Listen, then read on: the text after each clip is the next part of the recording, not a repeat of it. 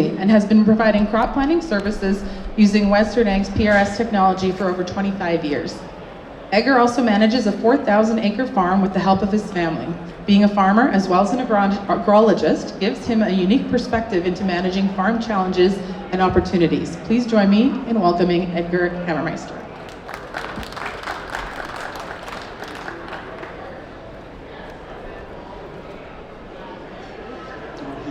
You walked away with the clicker. Thank you very much. So as that clicker comes down to me to use for my presentation, if we could advance one from up top. Frederick Hammermeister, he moved to Canada in 1927. He and his young family left what is current day Western Ukraine, fleeing the turmoil that existed with the Bolshevik Revolution that happened at the time.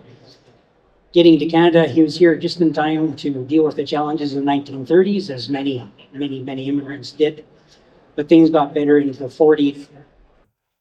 With the crops improving, the economy getting better, my grandfather looked ahead and what is the opportunity for prosperity in Canada. And so he built that elevator in 1951.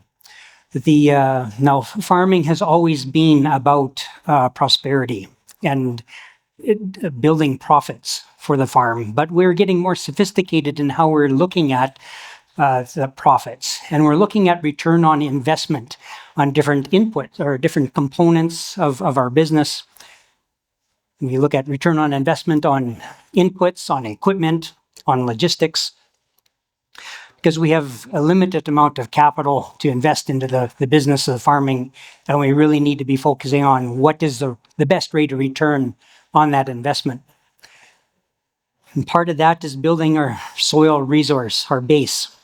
And there was a extension effort put together by the academia and industry, well promoted, and really in the early years especially, it was meant to help farmers who did not have a formal opportunity for education in fertilizer management to get some input on how to manage their fertilizers. It's the 4R nutrient management, later on evolved to 4R nutrient stewardship. And it helped farmers talk about using fertilizers in the right source at the right time, the right place, at the right rate. But over time, there is also more of an emphasis, not just on the economics, but environmental and social implications. Because the inputs that we do use can have implications on the environment. The nitrogen that we use, there's greenhouse gas emissions, and with phosphate that we use, there's risk of nutrient loading in our lakes and rivers. And as farmers, we're only a small percentage of the voting population. And we need to be mindful about what our city cousins are thinking about with our industry. And as our city cousins are becoming further and further removed from direct contact with the farm, they aren't familiar with the science that we have with our industry. They're just, with that unfamiliarity, they start to get worried about things. And so it's actually, I take it as a duty in my mind, but I really encourage others that we need to be demonstrating stewardship in the inputs that we're using, because the last thing that I want is to have my city cousins telling me how to run my farm. And there's many examples of European farmers coming to Canada to avoid that situation that they have in Europe. So there's in this presentation, I'm going to be doing an overview, or this is an overview. I'm going to be talking briefly about setting priorities for doing a soil build, then looking at balancing inputs and removals, an update on some of the new data that's out there on that. And then I'm going to go through the macronutrients, looking at sulfur, potassium, phosphate, and nitrogen. And then hopefully I have a little bit of time at the end to have some closing thoughts. So what to focus on first? And again, agriculture is a business. We really need to be focusing on return on investment. And are there areas of the field or whole fields that are a problem to deal with. And from a fertility perspective, it's really where we need to be knowing putting the right rate on the right place. And that's where we will get the best bang for a buck and where the opportunity for soil building occurs. It's a little bit, it's a slightly different approach to thinking about the law of the minimum, a concept popularized by Justus von Liebig. But I want to take a moment to put some credit toward Carl Sprengel, who actually developed the concept, and Liebig popularized it. But to sum it up, what this Liebig's law of the minimum states is that it's not how much nutrient is available to a crop that determines its yield potential. It is the most limiting nutrient that determines its potential. And just as an example, here's from a soil fertility class at the University of Saskatchewan, 2 soils, one from a depression, one from a knoll. And we have 4 rates of nitrogen being applied. And if nitrogen solves all the ills of a crop, then the soil on the knoll, the barley grown on the knoll sample, should be looking the same as the depression soil. But clearly that's not the case. And it wasn't nitrogen being a limiting factor. In this case, it was potassium. So complementary to the 4R nutrient management or 4R nutrient stewardship, there was literature that was shared with farmers, getting them to think about the matching nutrient removals with the nutrient inputs. And this extension material was generated originally by IPNI, and it used international data that, from all over the world. And but it was some information that they wanted to have together to help farmers make some decisions. But again, it wasn't from the prairie region. So but that data was able to be put together for some nutrient removal calculators that really helped farmers improve their management of soil fertility. But again, it was not really prairie data to look at. So beginning in 2020, a very large project was initiated by the University of Saskatchewan, along with assistance from Manitoba Agriculture and also Nutrien Ag, a very ambitious project. They looked at 15 different crops. They collected 400 biomass samples and had 1,800 grain samples. And the idea is that they wanted to revise the nutrient uptake and removal data for the prairie region. That data is summarized into tables like this. There are a number of them, and you can look this up on the internet. That's a lot of numbers. I tried to digest it down into just a few crops. But even that has got a lot of data to it. But to sum up, what they did find in that project was that in almost every instance, the removal numbers were lower than what the original rule of thumb was, anywhere from 3% to 36% lower. And in particular, for the crop canola, which is quite a presence in our crop rotation. About 36% reduction in removals in phosphate, potassium, and sulfur. The only nutrient that had a higher removal rate was sulfur, and that was in soybeans. All that research was conveniently put into an updated nutrient removal calculator for Western Canada. But I want to emphasize that it is only a nutrient removal calculator. It's not meant to do your nutrient planning because it is not taking into consideration nutrient uptake.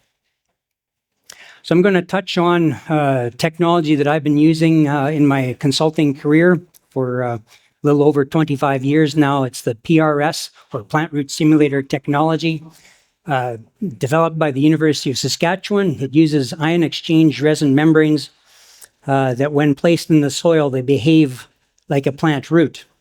Hopefully this animated video is going to initiate. There we go. So when the PRS probes are in a soil sample and it's a moistened sample and room temperature, where warm, moist soil becomes biologically and chemically active, and as the nutrients start to cycle off of the clay and off the organic matter, a plant does not care where that nutrient comes from. As long as that nutrient moves into the soil solution, it's going to be available to the plant.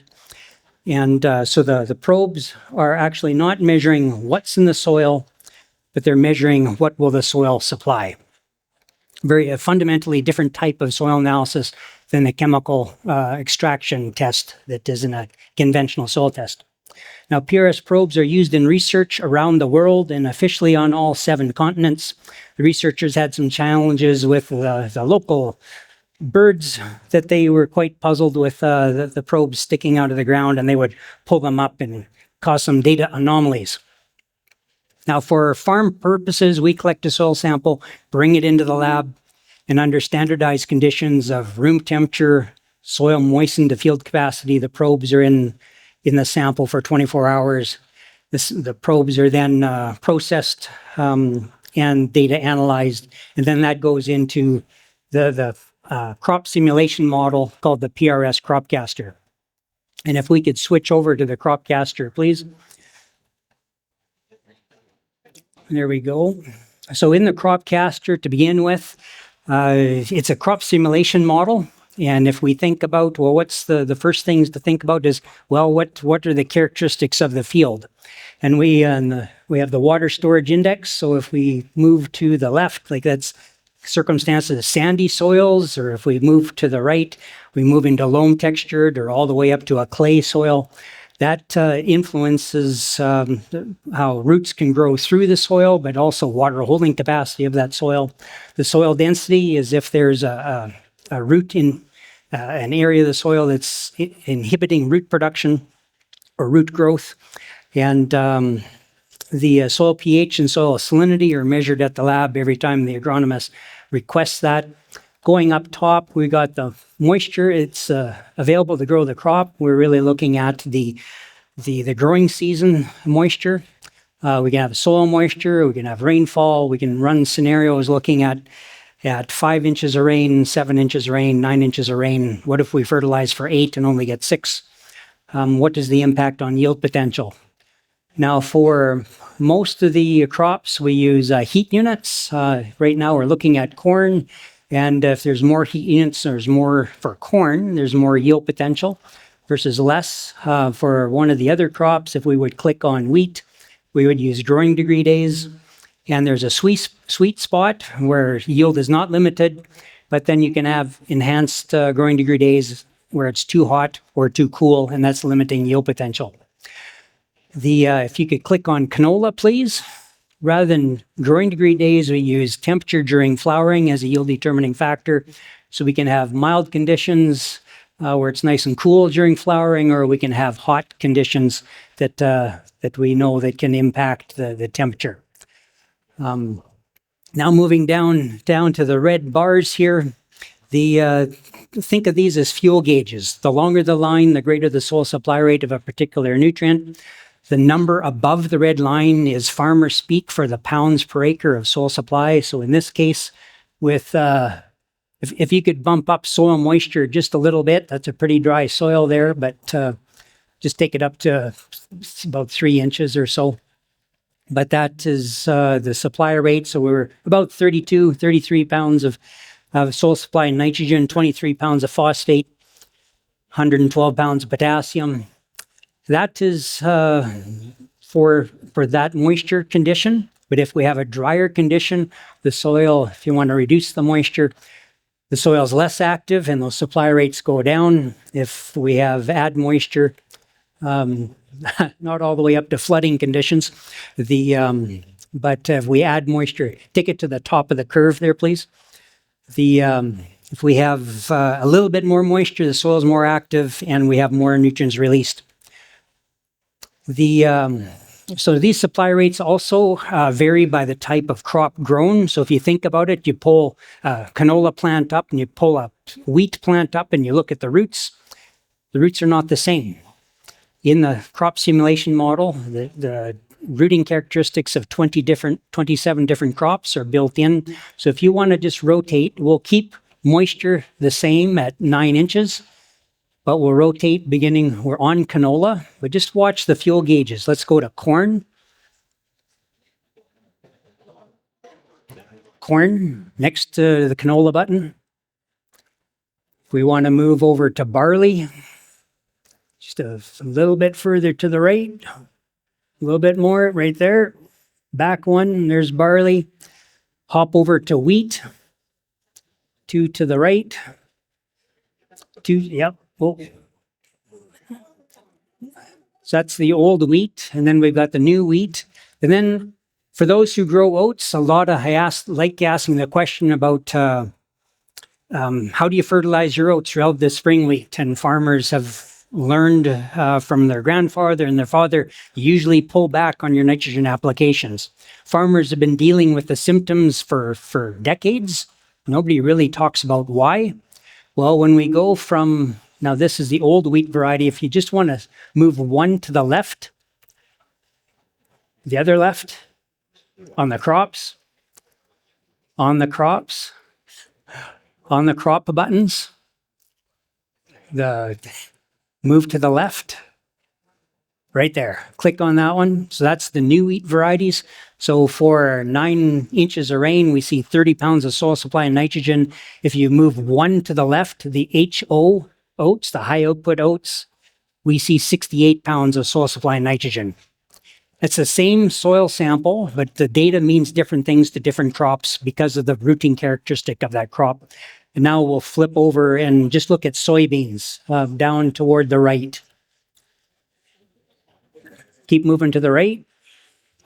Just past the white button is the soybeans right there. Click on that one. And so soybeans are excellent scavengers of the soil, and that's why it is not very often that soybeans will respond to this year's fertilization. So we can exit this and go back to the PowerPoint, please.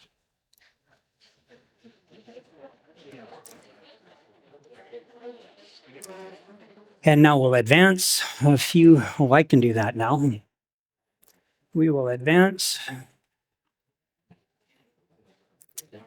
So now talking about individual nutrients. Now, for the plant, available type of sulfur is sulfate sulfur, and is most often applied in that manner. But we can do a soil build with elemental sulfur. It does need a conversion, a biological conversion from elemental sulfur to sulfate. Particle size is very important in this process. It's not just the size of the fertilizer granule, but it is also how that granule breaks up, how it disperses in the soil. And broadcasting is highly beneficial to this process. There are other reasons to get ammonium sulfate out of the fertilizer band, or out of the seed row, I guess, to be more specific, and that any amount of ammonium sulfate can have a negative impact on crop establishment with our fine seeded or small seeded crops. But from a practical perspective, if there's humidity while we're seeding, we can have line plugging happening because the sulfate and humidity just don't mix. So a lot of farmers just like getting sulfate out of the blend. Now you can spread ammonium sulfate. The cheapest form is sulfate fines. Manitoba is a little bit of a freight disadvantage in using that fertilizer. But it is, if you're using sulfate fines or regular sulfate, it is immediately plant available, but also leachable.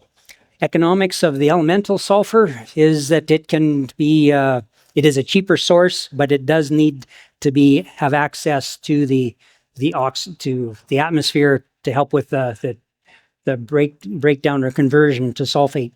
So a couple of examples. This is using Tiger 85 and a one-time application, 102 pounds applied in the fall of 24, showing the original and then what sulfate we got out of that to supply the 25 canola. Worked very well. This is just the first year. We're anticipating a number of years of supply coming out of that effort.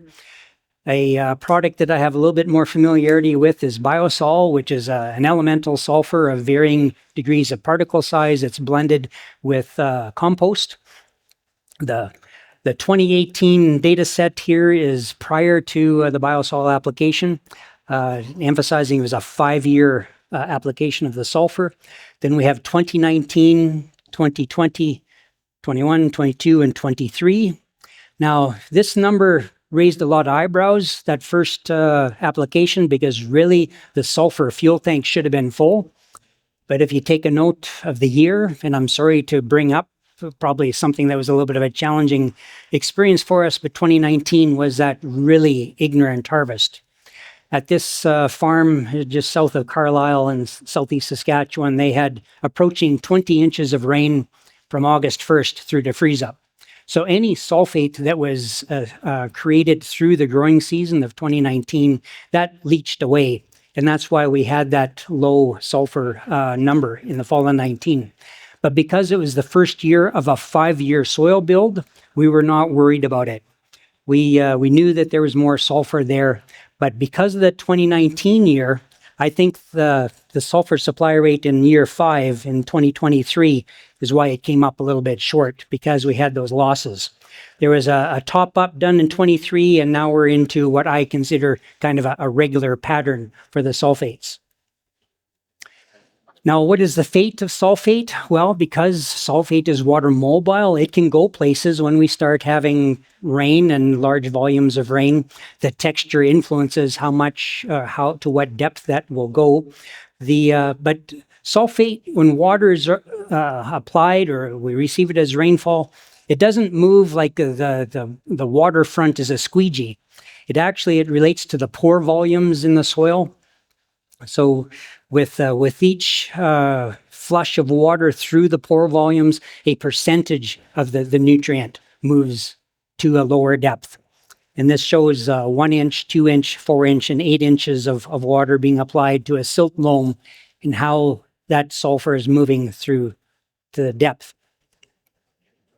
Now, because of that mobility, water goes or the sulfate goes where water goes and tends to go downhill, so we can have sulfur accumulation in the low spots. And that's where we have a lot of variability across the landscape if we've got some topographic issues. Moving on to potassium. Potassium is a little bit easier one to deal with. There's a large uptake into the crop, but relatively little removal. Except for soybeans. Soybeans proportionally does pull a little bit and export a little bit more potassium than other crops.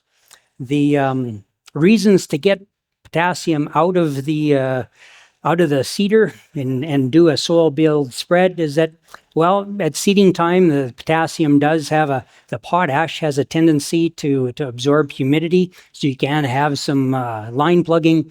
It has a high salt index, so if you're needing higher volumes, it can cause some issues if you're needing to if your equipment is limited to seed placed.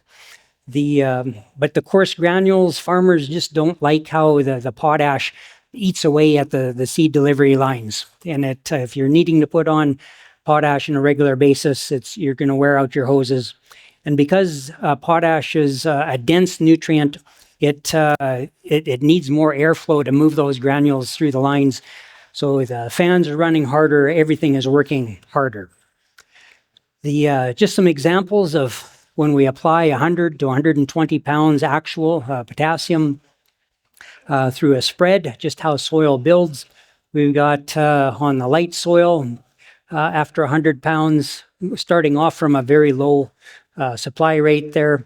This is what it looks like on loams. Fairly easy to do a soil build on loams with 100 pounds and likewise on the clay soils.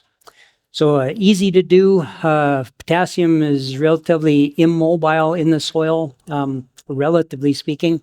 Soil texture is a consideration.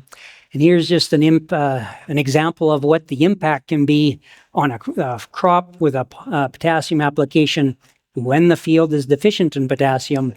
On the left-hand side here, we've got a biomass image for a wheat crop prior to application, and on the right-hand side after we did 100 pounds. And interestingly, moisture-wise, in 2022, that wheat had actually above normal precipitation, up to 150%. On the 2024, we were just right around average, but we were able to clean up some of that low biomass with that potash application. Really, there isn't much risk, like the fate of losing potassium for most soils. A lot of the potassium is cycling back from the crop residue, not as much as leaving in the seed. Unless you're, but leaving the field, if you're baling straw or have forages in rotation, then we need to be thinking about our potassium supply power in the land. Here's an example where a farmer has been doing quite a number of years of barley and oat silage cut.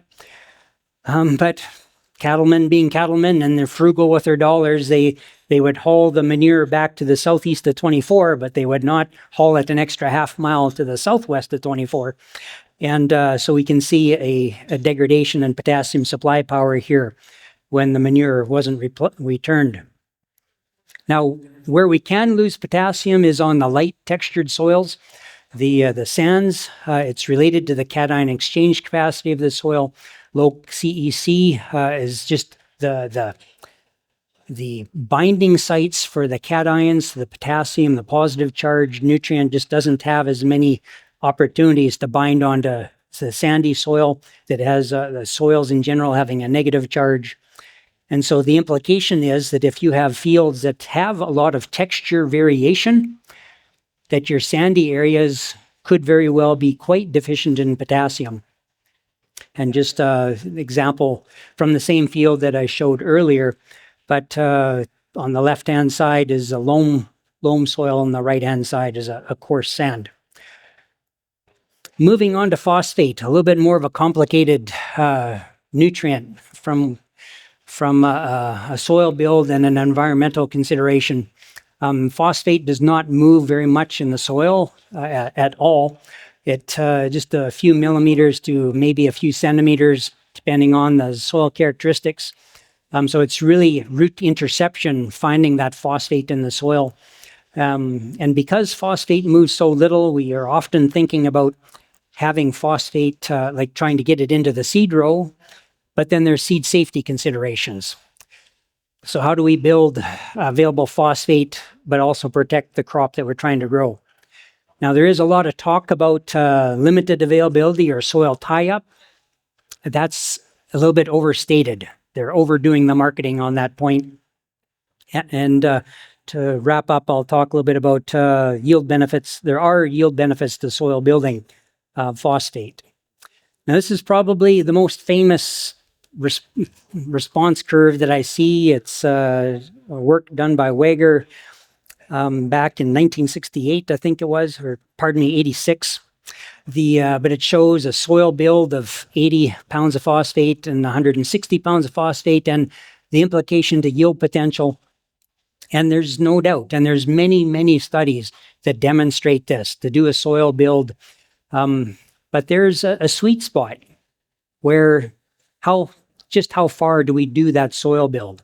And from an Olsen soil test, 15 parts per million seems to be a sweet spot that comes up over and over again.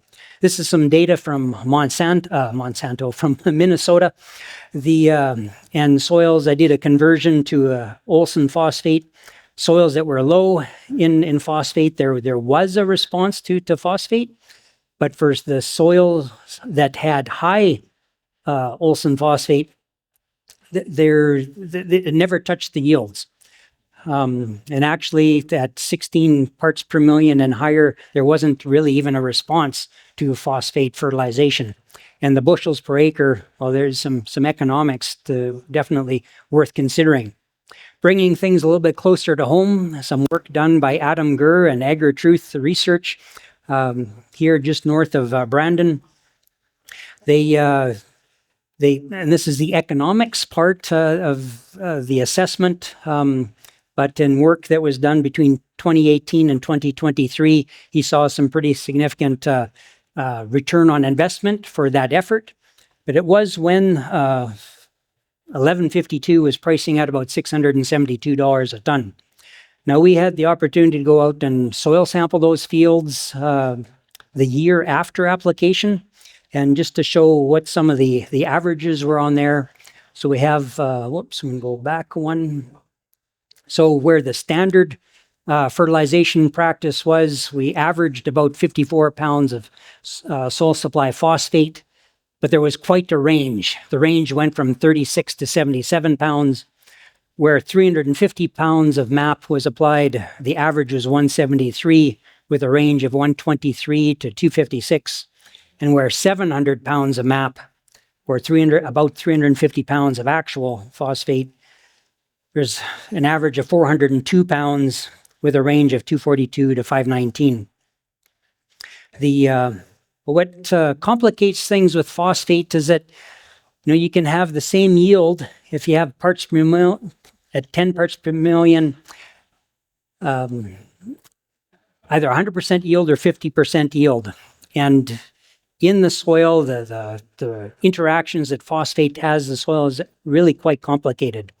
There are interactions with on the organic matter side and the soil biology using phosphate. There's immobilization and mineralization that occurs. The bigger part of the activity is actually the precipitates that happen once the phosphate fertilizer dissolves.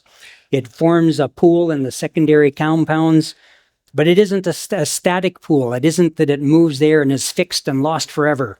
These pools move back and forth. And as the crops draw on the soil, taking up phosphate, that phosphate is replaced from the secondary components and from mineral surfaces.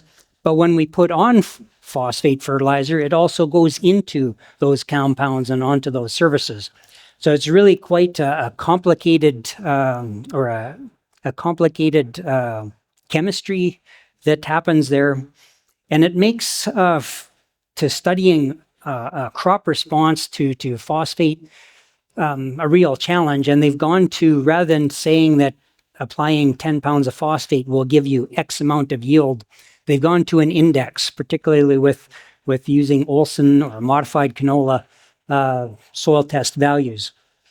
And so if you are finding your soil tests, a conventional soil test, being below 11 parts per million, well, then they'll be making recommendations that you should be doing some soil building.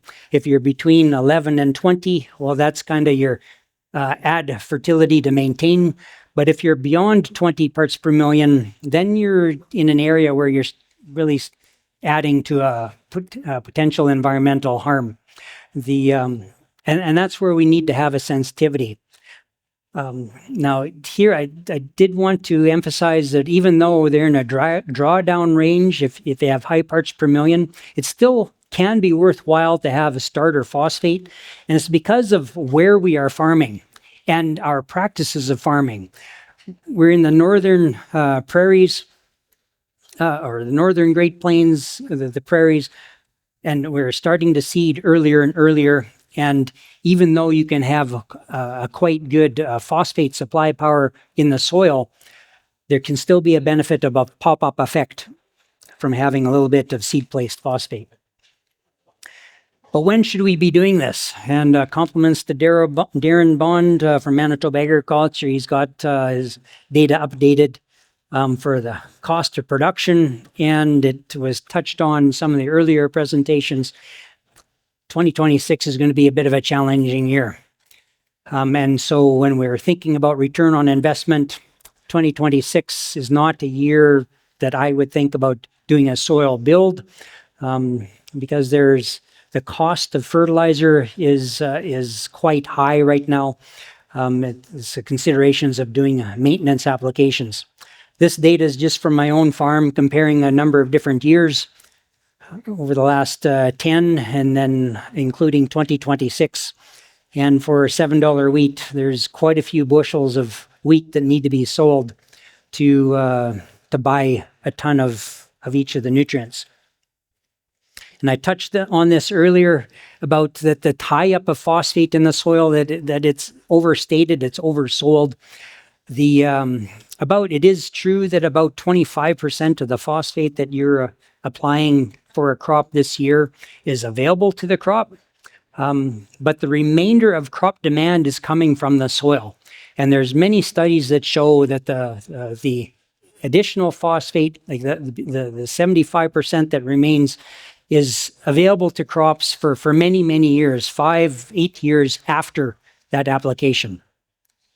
It is true that there is interaction between different pools of phosphate, but it's not tied up and lost forever. So can set aside that concern about doing a soil build in phosphate. Particularly in western Manitoba and moving into Saskatchewan, Alberta, the adoption of zero-till is well, it's quite dominant. And that practice of farming has also impacted phosphate supply power to the soil. This is a little bit of an older project now, but they found the land that at the time was just at the start of no-till management practices applied. The short term is where it was only 5 years of zero-till. Where the long term is indicated, that's where 25 years of no-till management had been applied. And so there's the soil chemistry changing because of farming practices has impacted the supply rate of phosphate. But there is an environmental impact here. There is a nutrient stratification that occurs. How are we? The 10 minutes? Okay. There's an environmental risk because as we're doing our no-till, we are not mixing the soil, and there can be a stratification that happens in the soil profile. And the 0 to 15 soil, 0 to 15 centimeter or 0 to 6 inch soil depth is not necessarily showing the risk that there is to the environment with our phosphate applications. And it's really that stratification that has the risk of runoff and erosion in our phosphate. Work done by Dr. Don Flayton, and there's a number of others have looked at what is where is that phosphate coming from and what is the loading to our lakes here in Manitoba. And in this particular study, 17% of the phosphate loading going to Lake Winnipeg is coming from our agricultural practices. A large part of that, though, is not summer events. It's the spring runoff. There are organic dissolved phosphate coming out of crop residues, and what can be absorbed out of the soils as they thaw and are in a saturated state. 80% of our phosphate going to the lakes is coming from the runoff, and 80% of that is dissolved phosphate. Again, the 0 to 6 inch standard soil sampling depth is a poor correlation to what the environmental risk is. In the future, we could see requests as we do, if we ever get to a point of doing regular fertilizer management plans, that they might ask us for a 0 to 2 inch or 0 to 5 centimeter depth to see just how is phosphate stratifying there. There are the odd flood events. Fortunately, it is not very common. Having the soil flooded, it does impact the soil chemistry, but it is really complicated to be looking at it, because as well as it flooded on frozen ground or is in thawed ground, there are soil characteristics that influence the amount of phosphate release. There is a tendency for the flood water to have phosphate concentrations to increase. But there is more work that needs to be done to really understand what risk this is to our lakes and rivers. To wrap up, we're going to look at a little bit at nitrogen, and with the environmental sensitivities with nitrogen in the environment, we really don't want to have nitrates in our environment. There's risk of groundwater contamination. There's nitrous oxide, greenhouse gas emissions.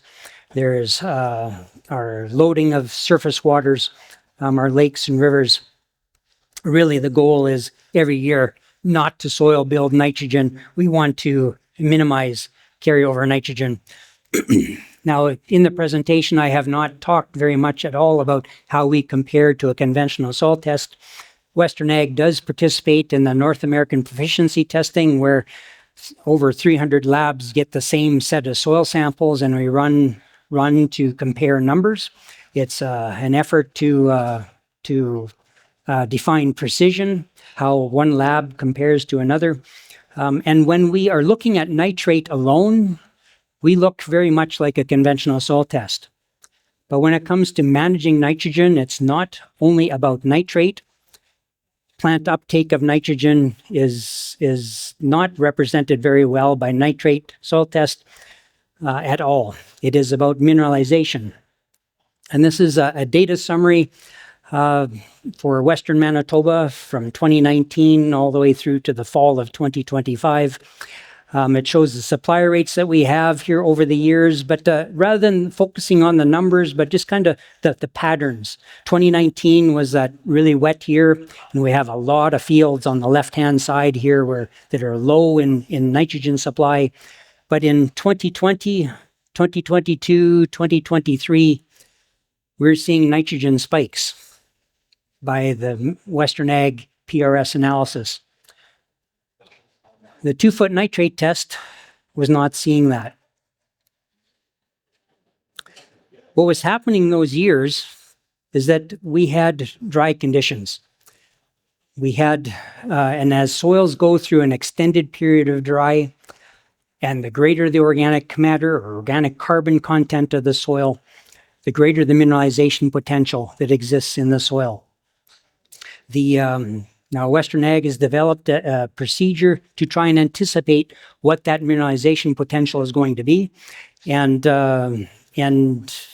if we just looked at our standard protocol, whereas we would see 22 pounds of soil supply and nitrogen available to the crop, with our pre-wet protocol, we're seeing 85 pounds of soil supply and nitrogen coming. So there's 60, regardless of how you fertilize the crop, because of this mineralization burst, there's going to be an extra 60 pounds of nitrogen coming to this field. That's the Birch effect mineralization release. An example of some variable rate work that I have done in the last couple of years in crop at the end of 2024, because of the mineralization potential in the different zones, we were seeing anywhere from 20 to 40 pounds of more nitrogen coming out in the soil because of mineralization potential. But in the fall of 2025, there really wasn't much difference between our analysis and conventional soil testing. But by not accounting for the mineralization, it can have some pretty significant implications on the bottom line. This is a customer of mine in southeast Saskatchewan, where we had about half the fields were showing a nitrogen supply power north of 125 pounds of nitrogen. So even if, to do some math, if a modest reduction in fertilizer of 75 pounds per acre, a modest reduction, the impact on the farm was $156,000. You can't have too much of a good thing. This is a field from north of Saskatoon, where a loam textured soil, deep organic matter though, well into the organic black soil zone. We were seeing, after the drought year of 2021, we were seeing a very strong nitrogen supply power to the point of my colleagues were recommending zero nitrogen for this wheat crop. Farmer thought about that, and he thought about where the field was along the highway close to town, and some farmer psychology took over, and he said, yeah, thanks, but I'm going to do something a little bit different. This is the just-in-case management that he applied. With the extra 80 pounds of nitrogen, it actually held yield back by an average of 8 bushels an acre, and wheat being $10 an acre and nitrogen $1 a pound, his net income was reduced by $160 an acre. The extra nitrogen in the soil also contributes to the risk of greenhouse gas emissions. And so how do we manage that? Some strategies. If we're anticipating higher nitrogen mineralization potential, well, we should be dialing back our nitrogen application rates. If there is high residual nitrate, well, again, we can dial back rates, but the nitrates are at risk. To protect that from loss, we can grow cover crops either on purpose or set the combine poorly and have the crop out there to soak up the nitrogen, and that will be protected from loss. But there is some conversation, or you need to appreciate that there's a timeline where that nitrogen needs to break down out of that volunteer crop and become available the next year. It won't be during the yield determining phase of the following crop. But just to wrap up here, some closing thoughts. The soil building can and does work. But we do need to be thinking about stewardship of the nutrients that we're applying to our fields. What is at risk? Well, the social license that we currently have operating our farm businesses with our city cousins, the social license that we currently have, if we don't demonstrate stewardship, we may be transitioning to a social contract. And with the social contract, we might not like the terms of that contract. And with that, I'll conclude my presentation.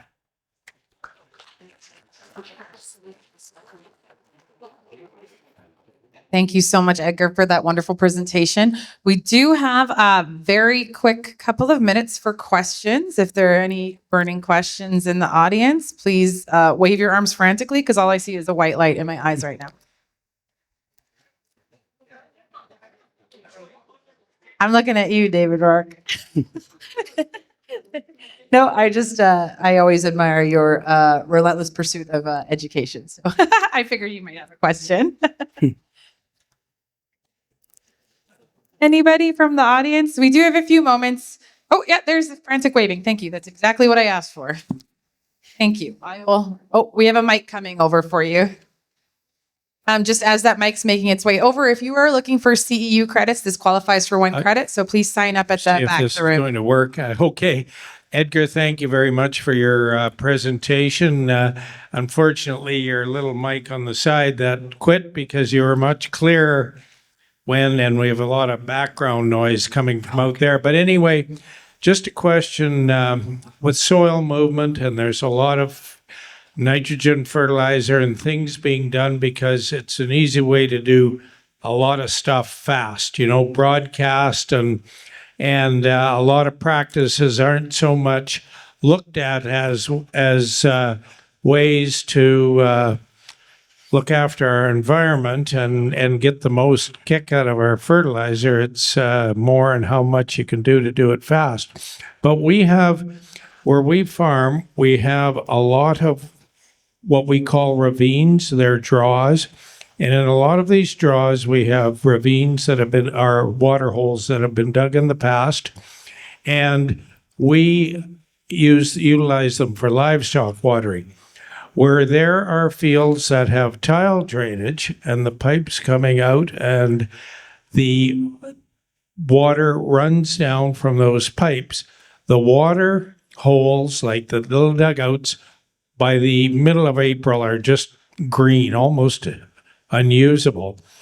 The water that comes off of fields that have open ditches are quite clear and good until summer. So will the tile drainage, is it removing nutrient, or would that nutrient just go below the plant root accessibility anyway?